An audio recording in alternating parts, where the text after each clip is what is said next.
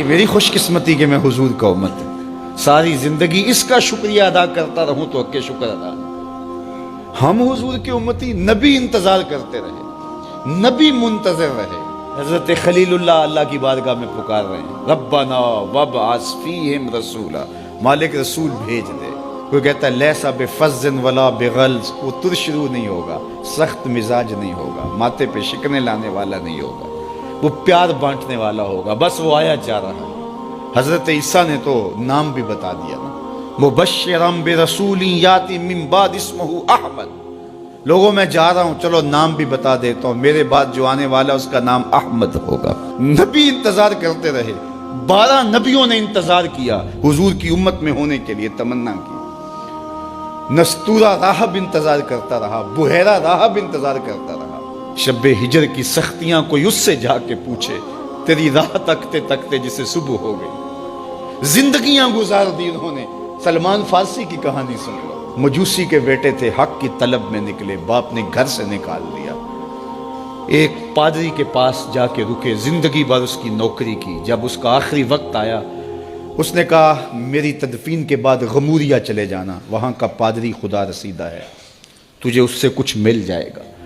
کہتے میں وہاں سے غموریا آ گیا، پھر اس پادری کی ساری زندگی خدمت کی۔ جب وہ مرنے لگا تو اس نے کہا کوئی ایسا شخص نہیں ہے جس کے پاس اب میں تجھے بھیجوں، لیکن نبی آخر الزماں کے ظہور کے لمحے آ گئے، تو یہاں سے یثرب چلا جا، وہ اس نبی کی ہجرت گاہ ہوگی، تیری زندگی سنور جائے گی، تو نے بڑی محنت کی ہے، بڑی نوکری کی ہے میری۔ کہتے میں نے اس کو کہا کہیں ایسا نہ ہو میں دھوکہ کھا جو مجھے کوئی نشانی بتا دے۔ اس نے کہا 3 نشانیاں، ایک صدقہ نہیں لے گا، دوسرا ہدیہ رد نہیں کرے گا، تیسرا 2 کندھوں کے درمیان مہر نبوت ہو۔ کہتے ہیں میں نے اس کی تدفین کی، یثرب کی جانب جاتے ہوئے ایک قافلے میں شامل ہو گیا، انہوں نے مجھے پکڑ کے اپنا غلام بنا لیا، لیکن میرے پہ مہربانی یہ کی کہ مجھے بیچا جا کے مدینے میں۔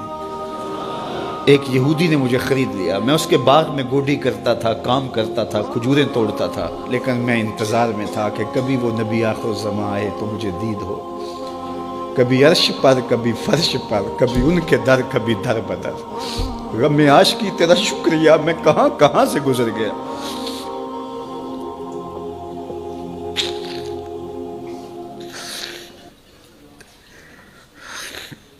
کہتے ہیں ایک دن میں اپنے باغ میں کھجوریں توڑ رہا تھا کہ ہواؤں میں مستی پیدا ہو گئی اور ہر سمت سے طلع البدر علینا کی صدائیں گونجنے لگی۔ میں سمجھ گیا کہ وہ لمحے آ گئے، میں نے چھلانگ لگا دی اور دوڑ پڑا۔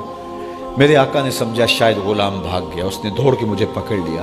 میں نے اس کو کہا کہ میں نوکر تیرا ہی ہوں، لیکن دل نوکر کسی اور کا ہے، میں بھاگوں گا نہیں، مجھے جانے دے۔ میں کچھ کھجوریں لے گیا تھا صدقے کی نیت سے، جا کے حضور کو پیش کی۔ آقا کریم نے فرمایا ہم نبی صدقہ نہیں لیتے۔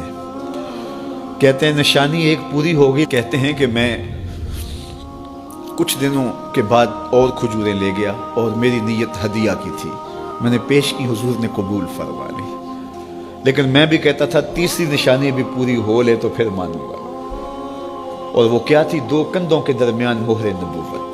کہتے ہیں ایک دن حضور میرے باغ میں آئے اور آقا کریم نے اپنے مبارک کندھے پہ چادر رکھی ہوئی تھی اور چادر کی اوٹ میں مہر نبوت چھپی ہوئی تھی، اور میں پیچھے ہو کے دیکھتا تھا، اور میری آرزو یہ تھی کہ کوئی تیز جھونکا ہوا کا آئے اور چادر ہٹ جائے اور میں مہر نبوت کی زیارت کر لوں۔ حضور میرے ارادہ قلب سے آگاہ ہوئے، فَأَلْقَى إِلَيَّ رِدَاءَهُ، حضور نے چادر اتار کے میری جانب پھینکی اور پھر ایسے رخ کر کے فرمایا انظر الی ما امرت بہ، اس پادری نے جو بتایا تھا دیکھ لے آ کے۔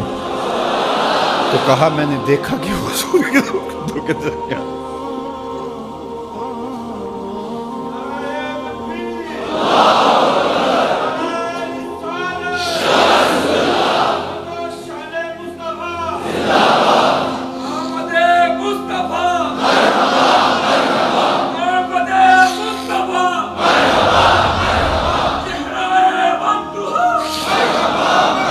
شب ہجر کی سختیاں کوئی اس سے جا کے پوچھے، تیری راہ تکتے تکتے جسے صبح ہو گئی۔ ہم نے تو کوئی انتظار نہیں کیا نا، ہم نے تو کوئی دکھ نہیں سہا، ہم سوئے تھے مقدر جاگ اٹھے، ہمارے والد مسجد سے مولوی صاحب کو بلا لائے، انہوں نے کان میں آ کے کہا مبارک ہو تو حضور کا نوکر بن کے آ رہا۔ میرے والد گرامی ایک شعر جھوم کے پڑھا کرتے تھے، محمد جانے جانا ہے پیغمبر ہو تو ایسا ہو، رسولوں کی بشارت سے مبشر ہو تو ایسا ہو، امر توقیر کا سب کو موقر ہو تو ایسا ہو، کیا ہم کو غلام ان کا مقدر ہو تو ایسا ہو۔